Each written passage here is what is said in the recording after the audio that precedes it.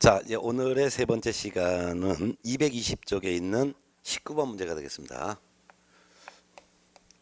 19번 문제는 폐업 후 재등록한 개공에 대한 문제인데요. 해마다 한 문제가 출제가 됩니다.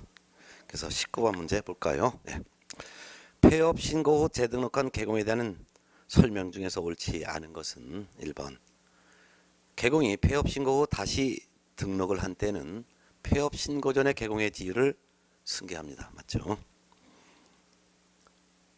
특히 주의할 것은 법개공의 대표자가 법인을 폐업하고 다시 공개공으로 중개사무소 개설 등록을 한 때에도 폐업 전에 법개공의 지위를 그대로 승계한다라는 것도 같이 이해해 두시기 바랍니다. 2번 등록관청은 폐업 신고 후 재등록한 개공에 대해서 폐업 신고 전에 등록 취소에 해당하는 위반 행위를 사유로 등록 취소 처분을 할 수가 있습니다. 그렇지만 폐업 기간이 3년을 초과한 데는 일을 할 수는 없죠. 맞고. 3번 등록 관청은 폐업 신고 후 재등록한 개공에 대해서 폐업 신고 전에 업무 정지에 해당하는 위반 행위를 사유로 업무 정지 처분을 할 수가 있습니다. 다만 폐업 기간이 1년을 초과한 때는 업무 정지 처분할 수가 없죠. 맞고요. 4번 등록 관청이 폐업 신고 전에 위반 행위를 사유로 폐업 신고 전에 위반 사유로 재등록한 개공에 대해서 행정 처분을 하는 때는 폐업 기간, 폐업 사유 등을 고려해야 됩니다. 옳은 지문. 5번 1년간 폐업 후 재등록한 개공이 폐업 신고 전에 등록 취소 사유로 등록 취소 처분을 받은 경우 등록 등의 결격 사유 기간은 등록 취소 3년이다? 아니죠. 폐업 기간 1년을 공제하죠. 따라서 폐업 전에 위반 행위를 사유로 재등록한 개공에 대한 행정 처분을 중에서도 등록 취소 처분을 했을 때 그 결격 기간은 등록 취소 후 3년에서 폐업 기간을 공제한 기간입니다. 그래서 폐업 기간 1년을 공제하니까 결국은 등록 취소 후 2년이다라고 해야 되겠죠. 결국 틀린 설명, 옳지 않은 설명은 5번이 되겠습니다. 또한 참고적으로 폐업 신고 전에 위반 행위를 사유로 폐업 전에 업무정지 처분 또는 과태료 처분을 하였을 때 그 업무정지 처분의 효력과 과태료 처분의 효과는 처분일로부터 1년간 재등록한 개공에게 승계된다는 것도 꼭 같이 이해해 두시기 바랍니다. 20번 문제 보겠습니다. 개공인 갑에 대한 처분으로 옳은 것, 틀린 것, X 표기가 옳은 것은 기억번 개공갑이 등록증을 대여한 날부터 2개월 후 폐업했고 2년의 폐업기간 경과 후 다시 개설 등록을 하여 업무를 개시한 경우 의 등록증 대여 행위를 이유로 업무정지 처분을 할 수가 있다. 업무정지 처분을 할 수 있는 것이 아니라 등록 취소 처분을 꼭 해야죠. 폐업 전에 위반 행위가 등록증 대여 행위죠. 등록증 대여 행위는 등록을 취소하여야 하는 사유입니다. 그런 경우에는 폐업 기간이 3년이 초과되지 않았으면 폐업 전에 등록증 대여 행위를 이유로 재등록한 개공에 대해서 등록 취소 처분을 해야 합니다. 폐업 기간이 2년이니까 3년 초과되지 않았기 때문에 등록 취소해야 됩니다. 따라서 기억번 틀린 지문. 니은번 개공갑이 미성년자를 중개보전으로 고용한 날부터 45일 만에 고용관계를 해소한 경우 이를 이유로 업무정지 처분할 수가 있다? 없습니다. 소속공인중개사 중개보전을 결격 사유자를 직원으로 고용했을 때 2달 이내 해소하면 됩니다. 2달 이내 해소하지 않으면 업무정지 처분을 할 수가 있죠. 근데 45일 만에 해소했죠. 해소했으니까 업무정지 처분할 수가 없습니다. 디귿번 개공갑이 업무정지 사유에 해당하는 거짓 보고한 날부터 1개월 후 폐업을 하였고 4년의 폐업기간 경과 후 다시 개설 등록을 한 경우 의 거짓 보고한 행위를 이유로 업무정지 처분할 수가 있다. 없습니다. 폐업기간이 3년 초과되면 어떤 행정처분도 못합니다. 근데 폐업 신고 전에 위반 행위가 업무 보고해라 라는 명령에 대해서 거짓 보고를 했다 이거예요. 그런 경우 이는 업무정지 할 수 있는 사유죠. 업무정지에 해당되는 위반 행위는 폐업기간이 1년 초과되면 폐업 전에 업무정지에 해당되는 행위를 사유로 재등록한 개공에 대해서 업무정지 처분을 할 수가 없습니다. 폐업기간이 3년, 1년 초과됐죠. 4년이 됐으니까. 따라서 폐업 전에 업무정지에 해당되는 행위를 이유로 다시 등록한 개공에 대해서 업무정지 처분을 할 수가 없습니다. 결국 기억, 니은, 디귿 다 틀렸고 답은 5번이 되겠습니다. 21번부터가 이제 공인중개사에 대한 자격 취소에 해당되는 건데요. 자, 21번입니다. 자격 취소에 관한 설명 중 옳은 것은 자격 취소 처분은 자격증을 교부한 시도지사 또는 공인중개사의 사무소가 소재는 시도지사가 행한다. 아닙니다. 자격 취소 처분은 무조건 자격증을 교부한 시도지사가 자격 취소 처분합니다.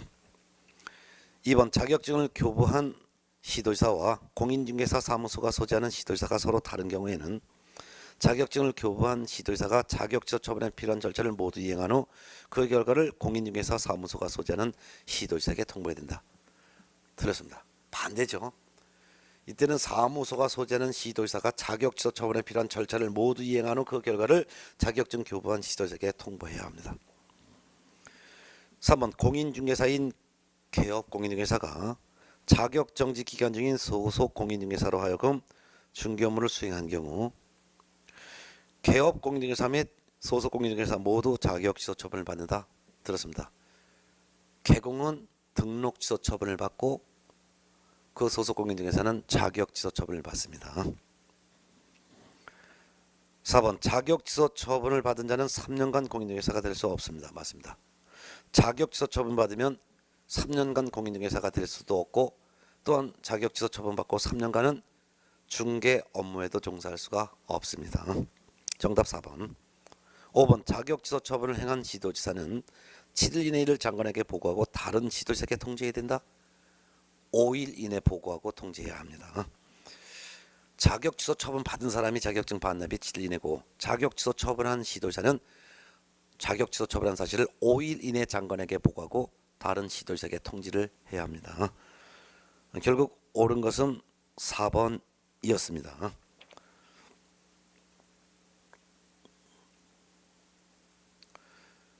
자, 22번 문제 보겠습니다. 공인중개사의 자격 취소에 관한 설명 중 옳은 것은 1번 공인중개사 자격 취소 처분을 받은 개업 공인중개사는 중개사무소 소재지를 관할하는 시도지사에게 자격증 반납해야 된다. 아닙니다. 자격 취소 처분한 그 시도지사에게 반납해야 되죠. 결국 자격증을 교부한 시도지사에게 7일 이내 자격증을 반납해야 합니다.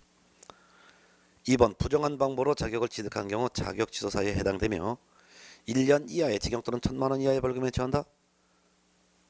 자격 취소 처분만 받습니다. 징역형이나 벌금형은 받지 않습니다. 3번 시도지사는 공인중개사의 자격 취소 처분을 한 때는 7일 이내 장관에게 보고해야 된다. 5일 이내 보고해야 됩니다.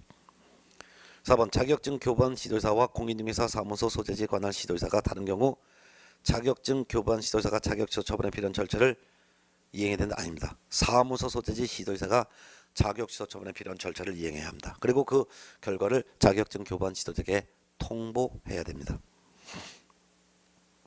5번 공인중개사가 자격정지 처분을 받고 그 정지 기간 중에 다른 계층의 소속 공인중개사가 되면 자격 취소 사유가 된다. 맞습니다.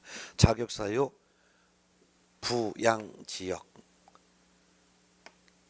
부정한 방법으로 자격을 취득한 경우 공인중개사가 다른 사람에게 자기의 성명이나 또는 자격증을 양도대한 경우 자격정지 기간 중에 있는 자가 자격정지 기간 중에 중개 업무하거나 자격정지 기간 중에 다른 계층에 소속한 경우 공인중개사법 위반으로 징역형 선고받은 경우 결국 답은 5번이 되겠습니다.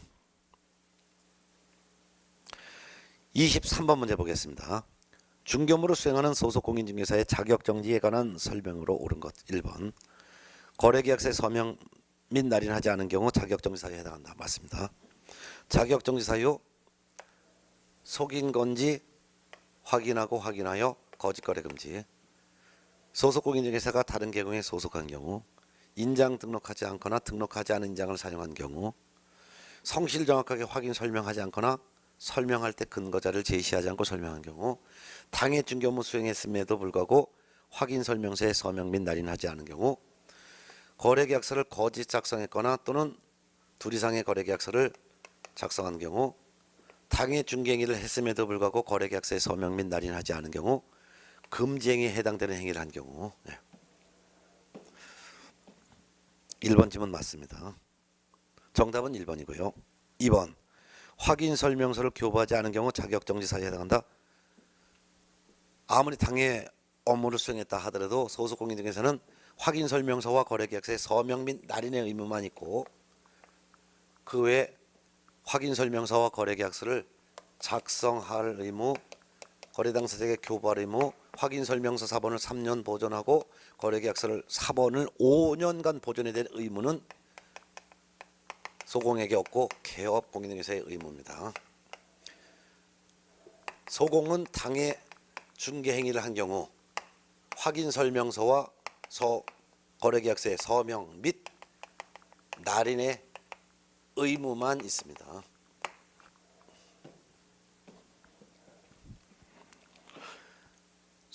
그 다음에 3번 질문. 전속중개계약서에 의하지 않고 전속중개계약을 체결한 경우에는 자격정지 사유에 해당한다. 들었습니다. 전속중개계약 체결했을 때 전속중개계약서를 사용해야 될 의무자는 개구입니다. 소공은 이런 의무 없습니다. 4번 시군구청장은 공인중개사가 자격정지 사유 발생 시 6개월 범위 안에서 그 기간을 정하여 자격의 정지를 할 수 있다. 시군구청장이 할 수 있는 것이 아니라 자격정지는 시도지사가 할 수 있습니다. 5번 자격정지 기간은 2분의 1 범위 안에서 가중 감경할 수 있습니다. 그런데 가중하여 처분하는 경우 6개월 할 수 있다. 압니다. 아무리 가중 처분하더라도 자격정지와 업무정지는 6개월 초과할 수가 없습니다. 결국 옳은 설명은 1번이었습니다. 24번 문제는 여러분이 한번 직접 풀어보시고 25번과 26번은 자격정지 기준인데요. 25번 문제를 풀어보겠습니다. 25번 자격정지 기준으로 옳은 것은 자격정지 기준 이거 외우셔야 되는데요. 자격정지 사유 속인 건지 확인하여 거짓거래 금지해서 둘 이상의 사무소에 소속한 경우 자격정지 기준 6개월이고 거래계약서를 거짓 작성 둘 이상 작성했을 때 자격정지 기준 6개월이고요. 금지행위에 해당되는 행위 했을 때 자격정지 기준이 6개월입니다. 그 외 나머지는 전부 다가 3개월입니다. 3개월. 네. 속 거짓 금지 6개월짜리 속 거짓 금지 6개월. 나머지는 전부 다 3개월. 이게 정리가 되어 있어야죠. 교권 등록하지 않은 장을 거래계약서에 날인한 경우 6개월이 아니라 이건 3개월입니다. 4번 성실 정확하게 확인 설명하지 않은 경우 3개월. 맞습니다. 디귿번 중개의뢰인과 직접 거래한 경우 금쟁이한 거죠. 3개월. 틀렸습니다. 6개월입니다. 1번 다른 계경의 소속 공인중개사가 된 경우 이중소속이죠. 6개월. 맞습니다. 미번번 거래계약서에 거래금액을 거짓으로 기재하거나 서로 다른 둘 이상의 거래계약서를 작성한 경우 3개월. 틀렸습니다. 6개월이죠. 결국 옳은 설명은 니은번 그 다음에 리얼번 두 개가 되겠고 답은 2번이 되겠습니다. 26번 문제는 동일한 유형의 문제니까 여러분 직접 풀어보시고요. 그 다음에 27번 문제 보겠습니다. 자격정지 처분에 관한 내용으로 틀린 것은 1번 등록관청은 공인중개사가 자격정지 사유에 해당하는 사실을 알게 된 때는 지체 없이 그 사실을 시도지사에게 통보해야 합니다. 맞습니다. 주의할 것은 자격취소 사유에 해당되는 사실을 알았어도 등록관청은 시도지사에게 통보하여야 한다는 규정이 없습니다. 2번 자격정지 기준은 국토교통부 령으로 정한다. 맞죠? 3번 시도지사는 위반 행위의 동기, 결과 및 횟수 등을 참작하여 자격정지 기준의 2분의 1 범위 안에서 가중 또는 경감할 수 있습니다. 근데 뒷집은 가중하여 처분하는 경우 자격정지 기간은 6월을 초과할 수 있다. 6월을 초과할 수 없습니다. 6월을 한도로 합니다. 틀린 거 답 3번이죠. 4번 시도지사가 청문을 실시하지 않고 자격정지 처분한 경우라 하더라도 그 자격정지 처분의 효력에는 영향을 미치지 않는다. 영향 미칩니다. 그래서 청문 실시 아니한다. 맞습니다. 따라서 4번 질문 맞는데요. 자격정지 처분하고자 할 때는 청문 실시하지 않죠. 업무정지 처분할 때도 청문 실시하지 않죠. 따라서 업무정지와 자격정지 처분하고자 할 때 청문 실시하지 않고 업무정지 자격정지 하더라도 그 정지 처분의 효력에는 영향을 미치지 않습니다. 영향을 미치지 않는다는 말은 업무정지 처분의 효력과 자격정지 처분의 효력이 있다 그 말입니다. 옳은 지문이죠. 5번 자격정지 처분을 받은 자는 자격증 반납할 필요가 없습니다. 맞습니다. 공인중개사법령상 행정처분 받은 사람이 증 반납 의무는 등록 취소 받은 경우 자격취소 처분 받은 경우 두 가지밖에 없습니다. 그 외에는 행정처분 받았다 하더라도 증 반납 의무가 없으므로 업무정지 처분 받은 경우 자격정지 처분 받은 경우 거래정보사업자 지정 취소 처분 받은 경우에는 자격증 등록증 지정서 반납하지 않습니다. 결국 다 옳은데 틀린 건 3번이 되겠습니다. 업무 정지와 자격 정지는 가중하여 처분하더라도 6개월을 초과할 수 없습니다. 정답 3번. 28번 문제 보겠습니다. 공인중개사에 대한 행정처분에 관한 설명이다. 옳은 것은 1번 등록관청은 공인중개사가 자격지소 처분 사유에 해당하는 사실을 알게 된 때는 지체 없이 그 사실을 시도자에게 통보해야 된다. 이런 규정이 없습니다. 틀린 지문입니다. 등록관청이 위반 사실을 알았을 때 지체 없이 시도자에게 통보해야 되는 위반 사실을 안 것은 자격정지 사유 사실 안 것만 지체 없이 시도자에게 통보해야 한다. 라는 규정만 있을 뿐입니다. 2번 시도지사는 공인중개사의 자격을 정지하고자 할 때는 청문을 실시해야 된다. 자격정지 처분하고자 할 때 청문 실시하지 않습니다.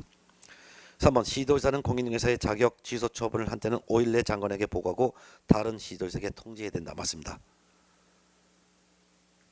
4번 시도지사는 공인중개사 자격정지 처분을 한 때는 5일 내 장관에게 보고해야 된다.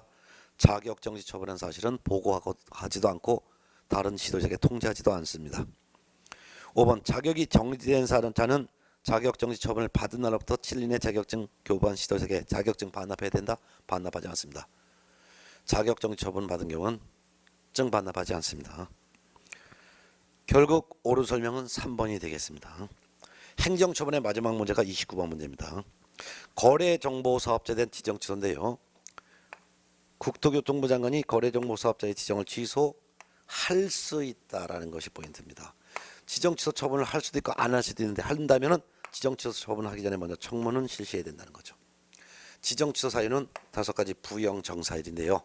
부, 거짓 부정한 방법으로 지정을 받은 경우 지정 취소할 수 있다. 0. 거래정보사업자로 지정을 받고 3월 이내 운영규정을 제정하여 승인받지 않거나 운영규정에 대한 변경 승인을 받지 않고 운영규정을 무단으로 변경했거나 또는 운영규정을 위반하여 정보망을 운영한 거래정보사업자의 지정을 취소할 수 있습니다. 정. 거래정보사업자가 개공으로부터 공개 의뢰받지 않은 정보를 공개하거나 의뢰받은 내용과 다르게 정보를 공개하거나 개공에 따라 차별적으로 정보가 공개되도록 했을 때 지정을 취소할 수 있습니다. 이때는 지정도 취소할 수 있고 1년 이하의 징역 또는 1,000만 원 이하의 벌금형에 처벌도 합니다. 4. 개인인 거래정보사업자가 사망 또는 법인인 거래정보사업자가 해산되어 계속적인 정보망 운영이 불가능했을 때도 지정을 취소할 수 있습니다. 그렇지만 사망 해산을 이유로 지정 취소 처분을 하고자 할 때 이때는 청문을 실시하지 않습니다. 1. 정당한 사유 없이 지정을 받은 날로부터 1년 이내에 정보망 설치 운영을 하지 않았을 때도 지정을 취소할 수 있습니다. 예. 자, 1번부터 봅니다. 그래서 29번. 지정 취소에 관한 설명 중 옳은 것은 1번 장관은 정당한 사유 없이 지정 신청일로부터 6월 이내 정보망을 설치 운영하지 아니한 때는 지정을 취소할 수 있다. 그렇습니다. 정당한 사유 지정 신청일이 아니라 지정 받은 날로부터 1년 이내 6개월도 아니고 1년 이내 지정 받은 날로부터 1년 이내 정보망을 설치 운영하지 않았을 때 지정을 취소할 수 있습니다. 2번 거래정보사업자의 사망 또는 법인의 해산으로 정보망의 계속적 운영이 불가능한 경우 청문을 실시하지 않지만 반드시 지정을 취소해야 된다. 청문 실시하지 않고 지정을 취소할 수 있다라고 해야 되겠죠. 3번 거짓 그 밖에 부정한 방법으로 지정을 받은 경우 지정이 취소되고 3년 이하의 징역 또는 2,000만 원 이하의 벌금에 처해진다. 들었습니다. 거짓 그 밖에 부정한 방법으로 지정을 받았을 때는 지정을 취소하여야 한다가 아니라 지정이 취소되고가 아니라 지정이 취소될 수 있습니다라고 해죠. 지정이 취소될 수 있습니다. 그렇지만 형벌은 받지 않습니다. 4번 지정을 받은 날로부터 30일 내 운영 규정을 제정하여 국토교통부 장관의 승인을 얻지 아니한 때는 지정이 취소될 수 있고 500만 원 이하의 과태료 처분을 받을 수 있다. 여기서는 30일이 아니라 3월입니다. 거래정보사업자 지정을 받았으면 지정받은 날로부터 3월 이내에 운영규정을 제정하여 승인받아야 되고 운영규정을 위반해도 안 되고 운영규정을 변경하려 할 때도 미리 운영규정 승인을 받아야 하는데 이를 위반했을 때는 지정 취소할 수 있습니다. 이때는 500만 원 이하의 과태료가 같이 병과가 됩니다. 결국 맡기려면 지정 받은 날부터 30일이 아니라 3월 이내 운영규정을 제정하여 장관의 승인을 얻지 아니한 때는 지정이 취소될 수 있고 500만 원 이하의 과태료를 받을 수 있다고 해야죠. 5번 개업 공인중개사로부터 공개 의뢰받은 정보의 내용과 다르게 정보를 공개한 데는 행정처분과 행정형벌이 병과된다. 맞습니다. 개공으로부터 공개 의뢰받은 내용과 다르게 공개하거나 개공으로부터 공개 의뢰받지 않은 정보를 공개했을 때 지정 취소할 수 있고 그게 바로 행정처분이에요. 그리고 1년 이하의 징역 또는 1,000만 원 이하의 벌금에 처한다. 그것이 바로 행정형벌이죠. 그래서 행정처분으로서 지정 취소될 수 있고 행정형벌로서 1년 이하의 징역 또는 1,000만 원 이하의 벌금형이 병과가 되는 거죠. 맞습니다. 결국 답은 5번이 되겠습니다. 자, 그다음에 이제 228페이지부터가 이제 벌칙인데요. 행정처분에서는 거의 해마다 5문제 정도가 매년 나왔습니다. 그다음에 이제 228쪽부터가 벌칙인데 이 벌칙에서도 역시 벌칙에서도 또한 한두 문제가 해마다 출제됩니다. 그러면 이 벌칙에 대한 내용을 보겠습니다. 그러면 이제 벌칙이 바로 이제 벌칙은 이게 바로 벌칙입니다. 벌칙은 행정형벌과 행정질서벌 둘로 나눠진다 그랬죠. 예. 자, 그러면은 30번 문제 보겠습니다. 행정처분 및 벌칙에 관한 설명 중에서 틀린 것은 1번 원칙적으로 행정처분과 행정형벌은 병과할 수가 있습니다. 맞아요. 행정처분이라는 것은 등록 취소, 업무정지와 같은 것을 말하는 것이고 벌칙은 징역형, 벌금형을 말하는 거죠. 그래서 하나의 위반 행위로 행정처분과 행정형벌은 병과될 수가 있는 게 원칙입니다. 예를 들면은 이중 등록했다 라고 한다면 이중 등록을 했으면은 등록 취소해야 되고 행정형벌로서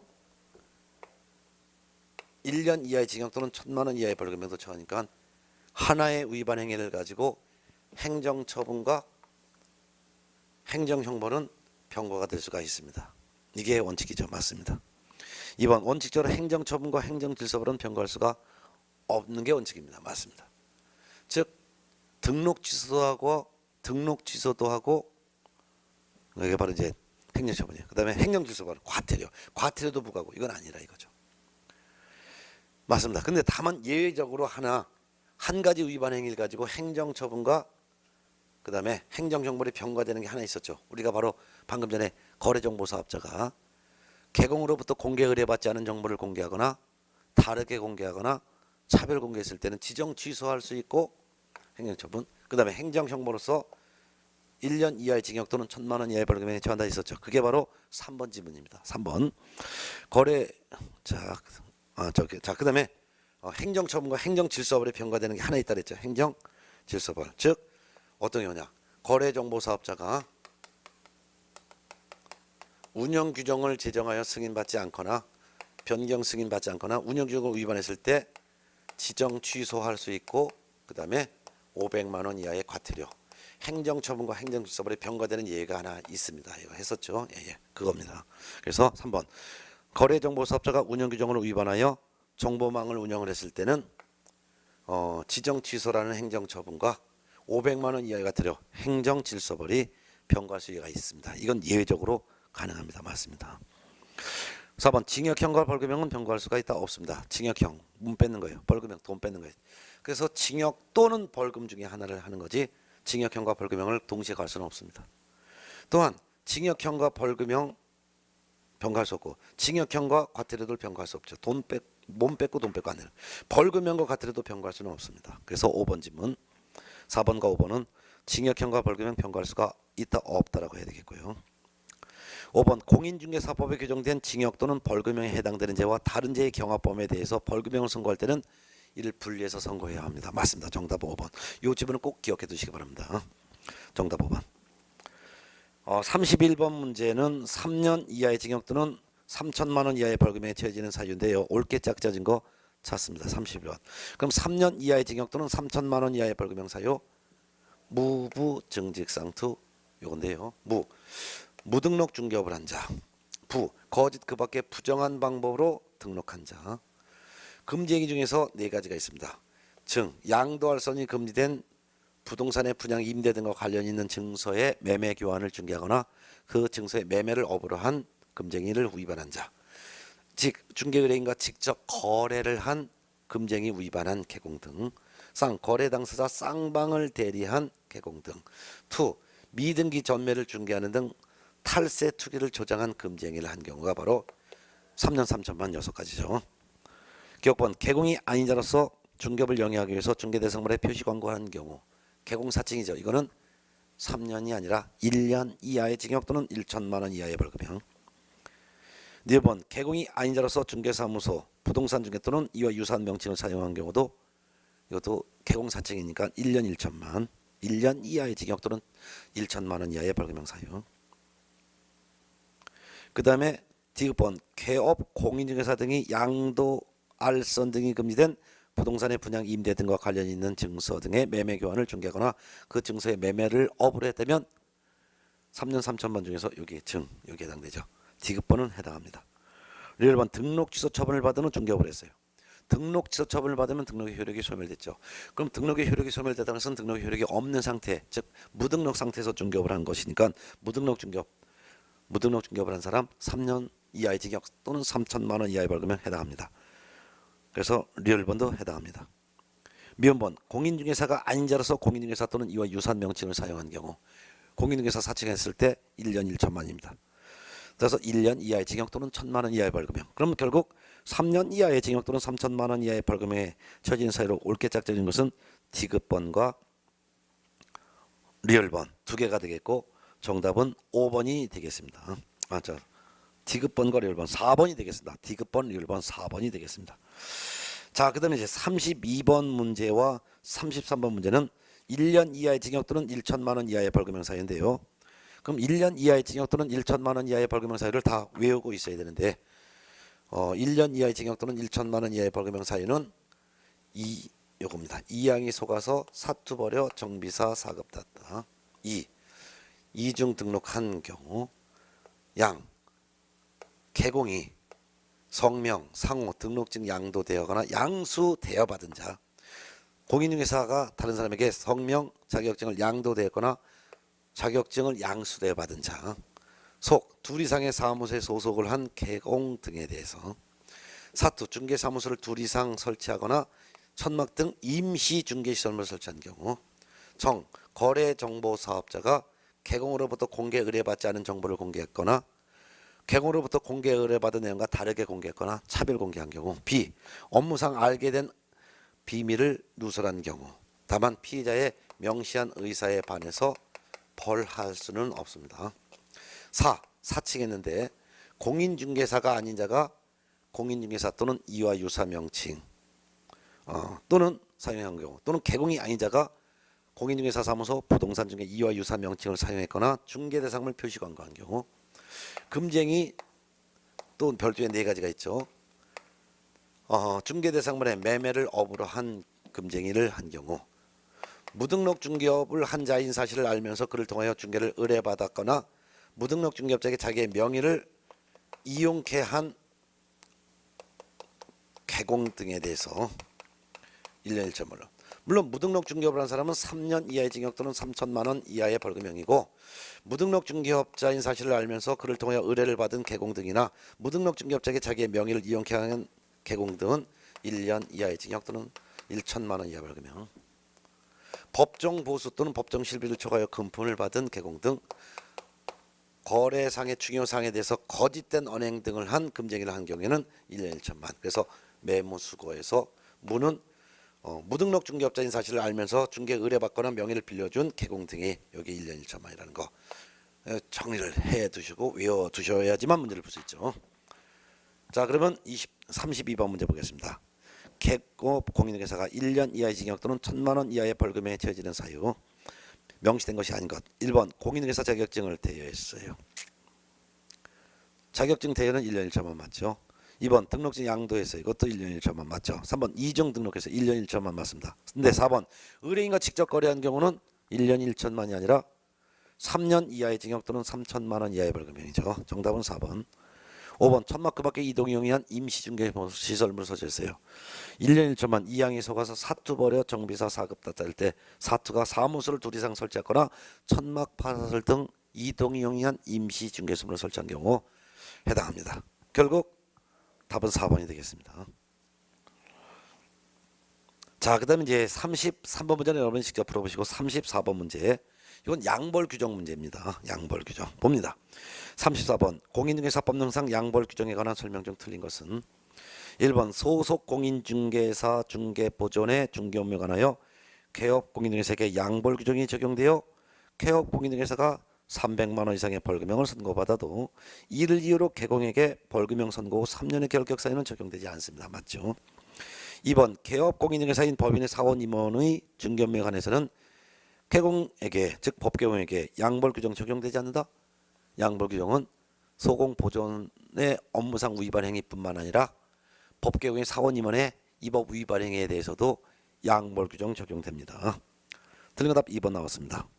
3번 개공이 소공 보존의 위반 행위를 방지하기 위해서 해당 업무에 관하여 상당한 주의와 감독을 게을리하지 아니한 경우에는 개공에게 양벌 규정 적용되지 않습니다. 옳은 질문이죠. 4번 중개보증이 사적으로 타인에게 폭행을 가한 경우도 개공에게 양벌 규정 적용되지 않습니다. 맞고 5번 소속 공인중개사가 과태료에 해당되는 위반 행위한 경우 예를 들면 연수격을 2년마다 받아야 될 의무를 위반한 경우에는 개공에게 양벌 규정 적용되지 않습니다. 맞습니다. 양벌 규정이 적용되려면 반드시 전제 조건이 개공이 있어요. 개공은 법개공, 공개공, 부개공이 있는데 이 개공이 고용한 사원, 법개공의 사원 임원이 또는 소공 또는 보조원이 이분들이 공인중개사법상 중개 업무를 해야 돼요. 중개 업무하다가 공인중개사법을 위반했어요. 이 위반한 행위가 어떤 행위냐면 공인중개사법상 징역 또는 벌금형에 해당되는 위반 행위를 했어야 돼요. 그런 경우 이 위반 행위자는 이 사람들은 징역형 또는 벌금형 중에 하나로 처벌을 하는 것이고 이들을 고용한 개공에 대해서는 해당 조에 규정된 벌금형으로 처벌하는 거예요. 징역형으로 처벌받지는 않습니다. 근데 이것도 전제 조건이 개공에게 양벌 규정이 적용되려면 전제 조건이 법개공의 사원 임원이나 또는 이들 개공의 소공 보조원이 부동산 중개 관련 행위를 하다가 법을 위반해야 돼요. 그래서 중개 관련 행위가 아니라면 즉 폭행을 했다든가 아니네 이런 경우에는 양벌 규정이 적용되지 않습니다. 또한 공인중개사법 위반 행위라 하더라도 위반 행위가 바로 징역이나 벌금형에 해당되는 위반 행위여야 돼요. 따라서 징역형이나 벌금형에 해당되는 행위가 아니라 만일 과태료에 해당되는 행위라면 이는 개공에게 양벌 규정은 적용되지 않습니다. 양벌 규정 적용되지 않아요. 또한 위반 행위를 방지하기 위해서 상당한 주의와 감독을 게을리 해야지만 이같이 벌금형이 적용되는 거예요. 근데 주의와 감독을 철저히 했다면 게을리하지 않았다면 이때는 양벌 규정은 적용되지가 않는다라는 것이죠. 예, 그래서 이런 걸 꼭 기본적으로 알아두셔야 돼요. 예. 자 이렇게 보셨고 35문제는 여러분이 한번 직접 풀어보시기 바라고요. 36번부터가 이제 과태료인데요. 36번부터 과태료에 해당되는 건데 과태료에 해당되는 것이 바로 질서벌이에요. 그러면 행정정벌은 법원에서 가는 반면 행정질서벌은 행정관청이 부과하는 거예요. 자 보겠습니다. 36번 과태료 부과 사유에 대한 부과 징수권자로서 틀린 것은 1번 등록증 사무소에 게시하지 않은 경우 사무소 게시해야 될 의무자는 개공이죠. 그러니까 등록관청이 과태료 부과하는 건 맞습니다. 2번 중개사무소 이전 신고하지 않은 경우에 대한 과태료 부과도 역시 개공에 대한 과태료니까 등록관청이 부과합니다. 맞고 3번 사무소 명칭에 공인중개사 사무소 부동산 중개라는 문자를 사용하지 않은 경우 이거 개공에 대한 과태료니까 등록관청이 하는 건 맞습니다. 4번 거래 당사자의 손해배상 책임을 보장에 관한 사항을 설명하지 않은 경우 즉 중개가 완성되면 개공은 손해배상 책임의 보장에 관한 사항을 거래 당사자에게 설명하고 보증관계 증서사본을 교부 제공해야 될 의무는 개공이죠. 이를 하지 않았을 경우 과태료 부과는 시도지사가 하는 아니죠. 등록관청이 합니다. 틀린 거 답 4번이죠. 5번 거래 정보망의 이용 및 정보 제공 방법 등에 관한 운영 규정을 위반해서 정보망을 운영한 거래정보 사업자에 대한 과태료 부과는 국토교통부 장관이 하는 거 맞죠? 네. 자 틀린 것은 이제 4번이고 과태료 부과권자 부과징수 대상자 이거 꼭 시험에 나오니까 알아두시기 바랍니다. 37번 문제는 100만 원 이하의 과태료 부과 사유인데요. 100만 원 이하의 과태료 부과 사유 보겠습니다. 100만 원 이하의 과태료 부과 사유는 이복의 문패 반납이죠. 사무소 이전했으면 10일 이내 신고해야 되는데 신고하지 않은 경우, 중개가 완성되었을 때 거래 당사자에게 손해배상 책임의 보장에 관한 업무 보증 설정 사실을 설명하고 보증관계 증서 사본을 교부 제공하지 않았을 때 100만 원 이하 과태료. 중개사무소 안에 게시할 서류 있죠. 등록증, 자격증, 보증서류, 보수표, 원본 게시해야 되는데 게시하지 않은 개공에 대한 과태료 처분 100만 원 이하 과태료예요. 개공이 사무소 명칭에 법정 문자를 사용하지 않거나 5개 광고문의 성명을 표기하지 않거나 중개 대상물 표시 광고할 때 사무소의 명칭, 소재지, 연락처, 성명을 같이 명시하지 않은 개공에 대해서 폐업, 휴업 등의 신고를 미리 하지 않고 무단 폐업한 경우, 즉 폐업을 하고자 할 때 미리 폐업 신고해야 되고 3월 초과하여 휴업을 하고자 할 때 또는 등록 후 3월이 초과되도록 업무를 개시하지 않을 때 미리 휴업 신고해야 되고 휴업한 중개업을 재개하고자 할 때 미리 재개 신고해야 되고 휴업한 중개업에 대한 기간을 변경하고자 할 때 기간 변경 신고 미리 해야 되는데 하지 않은 경우에 대한 과태료는 이건 전부 다가 개공에 대한 의무이기 때문에 등록관청의 개공에 대해서 100만 원 이하의 과태료. 근데 반납은 두 가지가 있어요. 등록 취소된 경우에는 등록증 7일 내에 반납하지 않았을 때 개공에 대한 과태료 치니까 등록관청이 부과합니다. 근데 자격 취소 처분받은 사람이 자격증을 7일 내에 반납하지 않거나 반납할 수 없을 때 그 사유서를 제출해야 되는데 사유서를 서면으로 제출하지 않았을 때도 역시 이 공인중개사 자격 취소된 자에 대한 과태료 처분이니까 이거는 시도지사가 과태료 처분합니다. 시도지사가.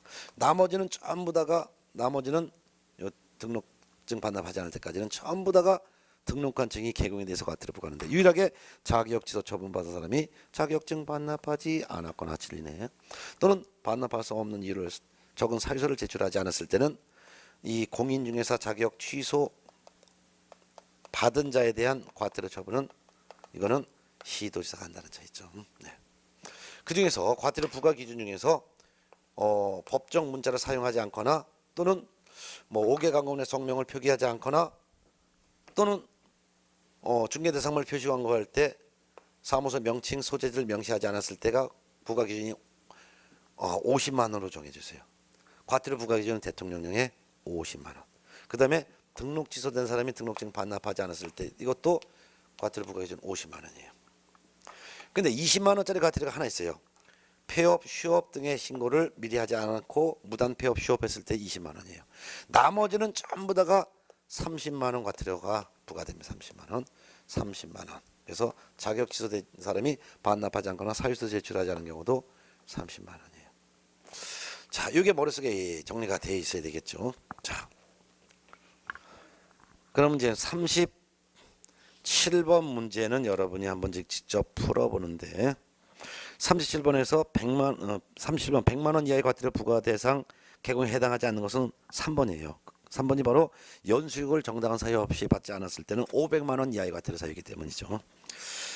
38번 문제 보세요. 38번 문제. 100만 원 이하의 과태료 부과 기준은 옳은 것. 기억번 성실 정확하게 500만 원 이하가 들었는데 이건 이렇게 넣네요.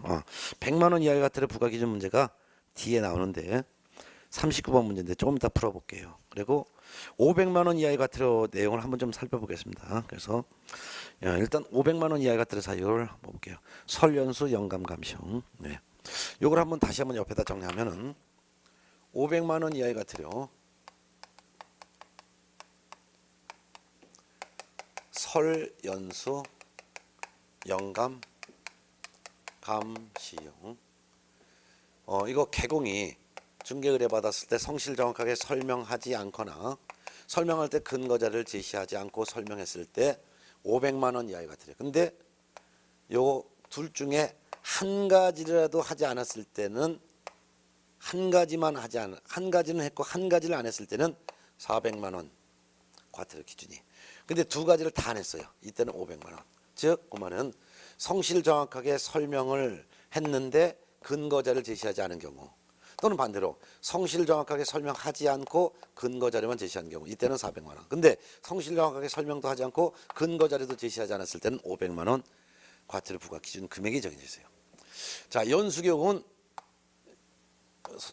이건 개공에 대한 것들이고 개공뿐만 아니라 소공도 연수교육을 2년마다 받아야 되는데 받지 않았어요. 근데 2년이 되고 나서도 한 달 이내에 안 받았을 때는 20만 원. 3달 될 때까지도 안 받았으면 30만 원. 그다음에 6개월 될 때까지도 안 받았으면 50만 원. 근데 6개월을 초과되고서도 안 받았을 때는 이때는 100만 원의 과태료 부과 기준 금액이 정해져 있습니다. 영감은 이건 거래 정보 사업자에 대한 과태료인데 운영 규정을 제정해서 승인받지 않거나 운영 규정을 위반해서 운영했을 때는 400만 원.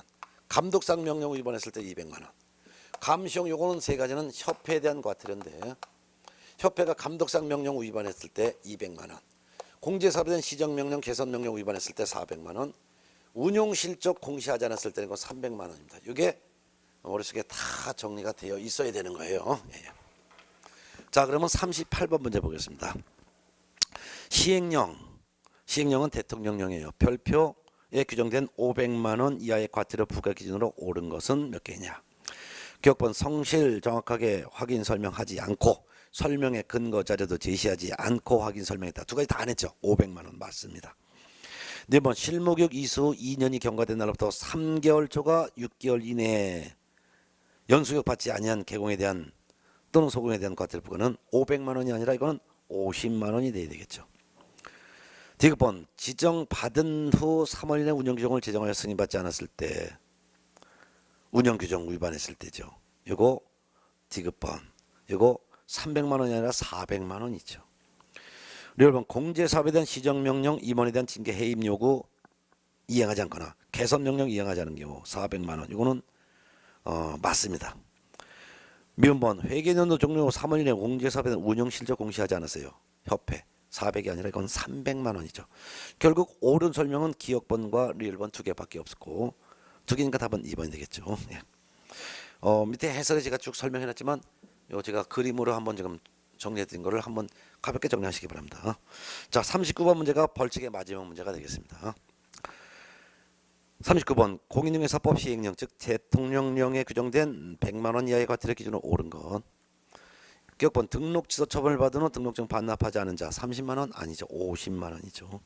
4번 중개 완성 시 손해배상 책임에 관한 사항을 설명하지 않거나 손해배상 책임에 관한 사항이라는 것은 업무 보증 설정을 말하는데 업무 보증 설정한 사실을 설명하지 않거나 관계증서의 4번 또는 관계증서에 관한 전자문서를 교부하지 않는 경우 50만 원, 이거나 30만 원이라고 돼야 되겠죠. 30만 원. 디귿번 성명 등을 표기하지 않고 중개대상물 표시 광고했다. 50만 원 맞습니다. 그 다음에 리얼번 휴업반 중개 매체에게 휴업기간 변경 신고를 하지 않은 개공 30만 원 아닙니다. 이건 20만 원이죠. 묘문 자격 취소 처분을 받고 자격증 반납하지 않거나 자격증 반납할 수 없는 사유를 제출하지 않은 경우 50만 원 아닙니다. 30만 원입니다. 결국은 옳은 것은 디귿번 요거 하나밖에 없으니까 정답은 1번이 되겠습니다. 자, 이렇게 해서 공인중개사 법령이 여기까지가 공인중개사 법령이고 공인중개사 법령에서는 총 30문제가 출제됩니다.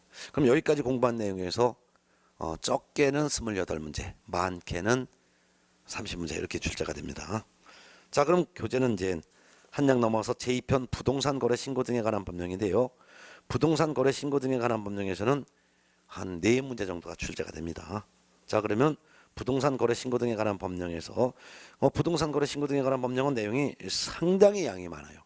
그래서 부동산 거래 신고 등에 관한 법령 내용을 정리만 할래도 2시간 걸립니다. 그렇기 때문에 이거는 여러분들이 이제 부동산 거래 신고 등에 관한 법령에서 기본적인 사항에 대해서는 일단 여러분들이 이제 복습을 다 하셔야 되는데 한번 간단하게 내용 정리한 조금만 좀 하고 문제를 풀어볼까 합니다. 예. 다 지워야 되겠네요. 예.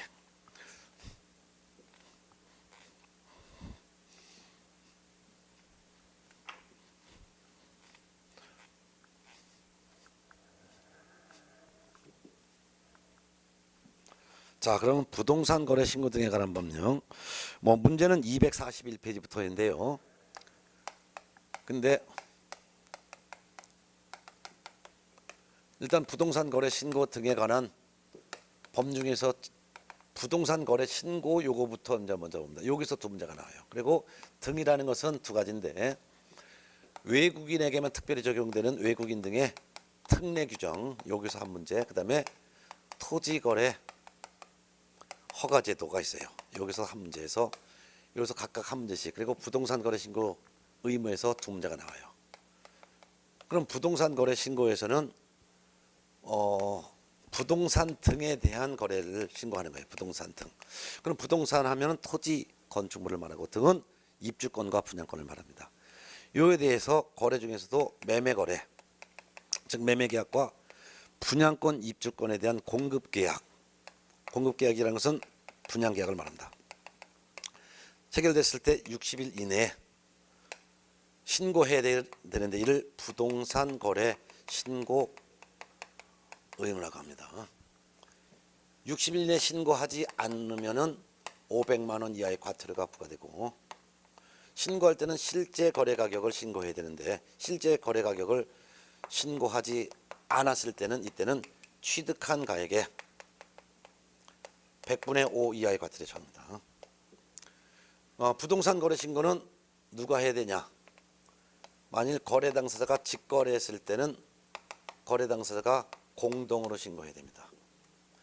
그렇지만 거래 당사자 일방이 국가 등인 경우에는 이때는 국가 등만 신고 의무가 있고 일반 국민은 신고 의무가 없습니다. 또한 거래 당사자 1인이 공동 신고를 거부했을 때는 다른 1인이 신고할 수 있습니다. 거부한 사람도 역시 500만 원 이하의 과태료를 처합니다. 그런데 개업 공인중개사가 매매계약서를 작성 교부했을 때는 개공이 신고 의무가 있고 거래 당사자는 신고 의무가 없습니다. 만일 공동으로 중개를 했다면 이때는 공동으로 중개한 개공이 공동으로 신고를 해야 될 의무가 있습니다. 자, 신고는 누구한테 하냐면은 신고서를 작성해서 부동산 거래 계약 신고서를 작성해서 이를 신고관청에 제출해야 합니다. 신고관청이라는 것은 부동산이 소재하는 시장이나 군수나 구청장을 말합니다.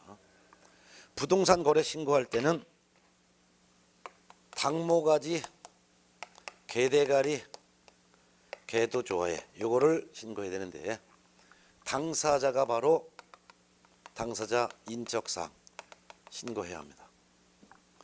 목은 목적 부동산인데요. 목적 부동산이라는 것은 신고하는 부동산의 소재지, 지번, 지목, 종류, 부동산의 종류, 면적을 신고해야 됩니다. 걔는 계약한 날짜, 중도금 지급 일자, 잔금 지급 일자를 신고해야 합니다. 이때 대는 거래 대금인데요.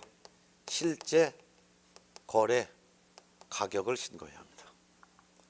개업 공인중개사가 신고하는 경우에는 개업 공인중개사의 인적사항, 사무소의 소재지, 명칭, 연락처 이런 것도 신고합니다. 그렇지만 거래 당사자가 신고할 때는 개공에 관련된 사항은 신고하지 않습니다. 저는 계약의 조건이나 기한이 있을 경우에는 계약의 조건, 기한도 신고해야 합니다. 특히 신고서를 작성할 때 당사자의 인적사항 중에서 특히 거래 당사자가 다수인 경우에는 각각의 거래 지분 비율을 정확하게 적어야 합니다. 또한 거래 당사자 중 외국인 등이 있다면 외국인 등은 부동산을 매수하는 용도까지도 표시해서 신고해야 됩니다. 또한 목적 부동산에서 소재지, 지번, 지목을 신고함에 있어서 집합 건축물인 경우에는 지번뿐만 아니라 매동, 매토, 동 호수까지도 신고해야 됩니다.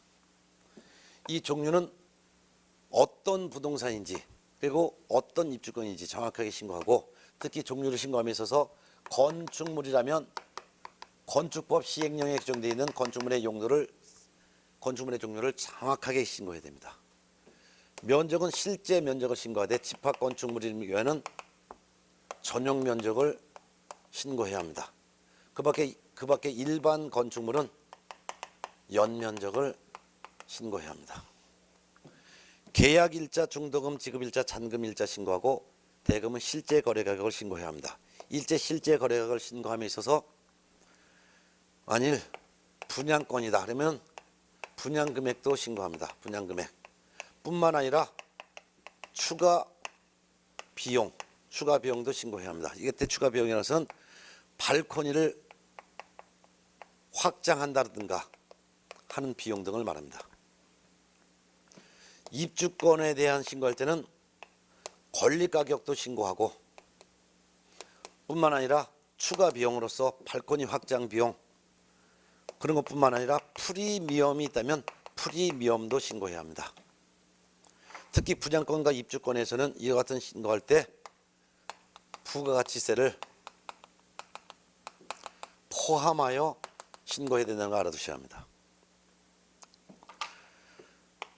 또한 토지나 건축물인 경우에는 실제 거래 가격을 신고하는데 이때는 부가가치세는 포함하지 않는다라는 것을 유념하셔야 합니다. 특히 둘 이상의 부동산을 거래할 때는 각각의 금액과 둘 이상 부동산의 합계 금액도 신고해야 합니다. 각각의 금액보다는 합계 금액까지도 신고해야 된다는 것도 꼭 알아두셔야 합니다. 이런 내용을 다 기재해서 신고관청에다 제출하는 것입니다. 이때 신고관청에다 제출하는데 방문 제출해도 되고 전자문서 제출도 가능합니다. 다만 대리인이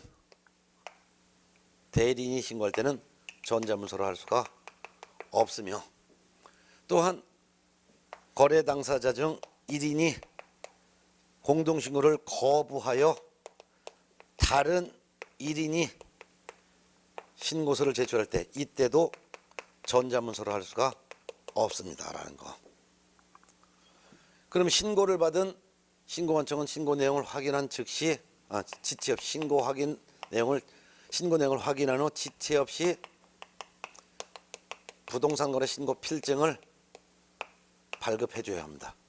그러면 신고 필증만 있어도 등기할 수 있기 때문에 신고 필증을 받았을 때는 부동산 등기 특별조치법에 따른 검인을 받은 것으로 보게 된다는 것도 알아두면 되겠죠. 또한 신고를 받은 신고관청은 신고 내용이 누락되어 있으면 보완할 것을 명령할 수도 있고 또한 각종 서류를 제출할 것을 명령할 수도 있는데 특히 그 중에서도 신고관청이 신고인에게 거래 대금을 지급하였음을 증명할 수 있는 서류의 제출 명령을 했을 때 이를 제출하지 않았을 때는 이때는 3천만 원 이하의 과태료가 부과된다는 것도 알아두셔야 합니다. 이게 최소한의 내용이 됩니다. 또한 부동산 거래 신고에서 추가로 더 알아둔다면은 이 부동산 거래 신고서를 제출했는데 부동산 거래 신고를 받은 신고관청은 신고 내용을 조사할 수가 있습니다. 신고 내용을 조사했으면 조사한 내용을 특별시장, 광역시장, 도지사, 특별자치도지사에게 이거 보고해야 됩니다. 보고를 받은 시도지사는 보고받은 내용을 취합을 합니다. 취합하여 매월 국토교통부 장관에게 또 보고해야 된다는 것도 알아두셔야 합니다. 또한 부동산 거래 신고는 계약일로부터 60일 내에 신고를 해야 될 의무가 있는 게 원칙이지만 다만 부동산 거래 신고 안 해도 되는 경우가 있습니다. 그게 바로 부동산 정보 시스템이라는 게 있습니다. 부동산 정보 시스템을 통하여 거래 계약이 체결됐을 때 이때는 거래 계약이 체결된 순간 부동산 거래 신고서를 제출한 것으로 봅니다. 그렇기 때문에 부동산 정보 시스템을 통해서 거래 계약이 체결됐을 때는 이때는 부동산 거래 신고서를 제출한 것으로 본다. 그러니까 별도로 부동산 거래 신고할 필요가 없다는 것도 꼭 알아두셔야 합니다. 그 밖에도 부동산 거래 신고에 관련된 내용 중에서 부동산 거래 신고를 받았습니다. 그 신고 필증을 받았죠. 신고 필증을 발급받은 후 사정 변화에 따른 세 가지 내용이 추가로 할 수가 있는 게 있습니다. 첫 번째는 부동산 거래 신고한 이후, 즉 매매 계약, 공급 계약 체결했으면 60일 이내 신고하라 그랬죠.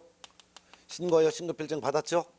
근데 이 매매 계약, 공급 계약이 무효가 되거나 취소가 되거나 해제가 됐을 때는 이 계약은 무효, 취소, 해제가 되었습니다라는 해제 등의 신고를 신고인이 할 수가 있습니다.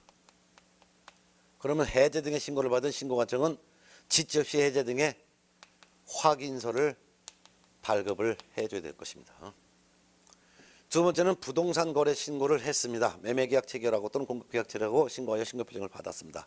근데 신고할 때 신고 내용을 잘못 기재하여 신고를 하여 신고 필증을 받았을 때는 이때는 부동산 거래의 정정 신청이라는 것을 할 수 있습니다.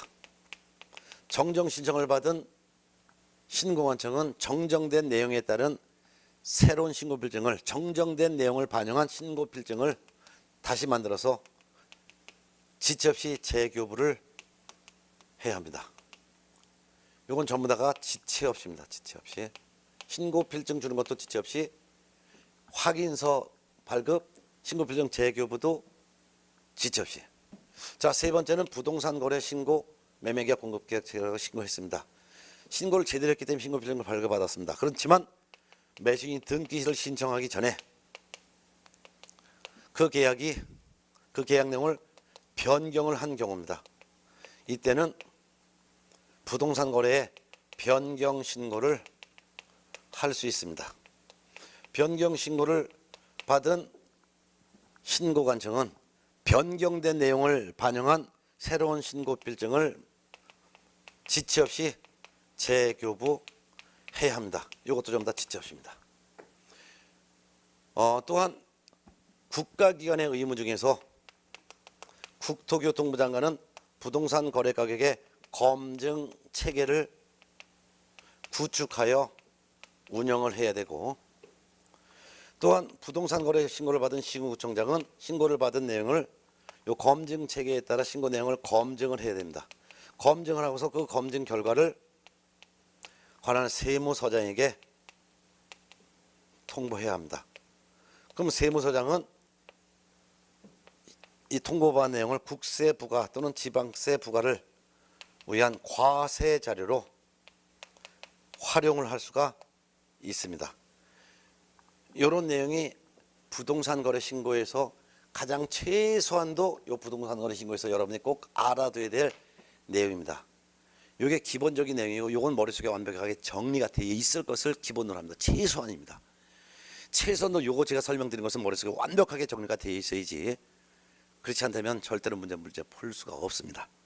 그래서 일부러 이거 설명을 드렸습니다. 그럼 다음 시간에는 제가 241쪽 부동산 거래 신고 의무에 대한 내용 1번부터 문제를 다음 주부터 풀어드리도록 하겠습니다. 그래서 여러분들 다음 주에 문제 와서 풀 때도요, 최소한도 이론 내용은 미리 복습을 하고 오셔야지만 문제를 풀 수 있으니까 다음 시간 때 문제 어렵지 않게 문제를 풀 수가 있게 미리미리 좀 준비를 부탁합니다.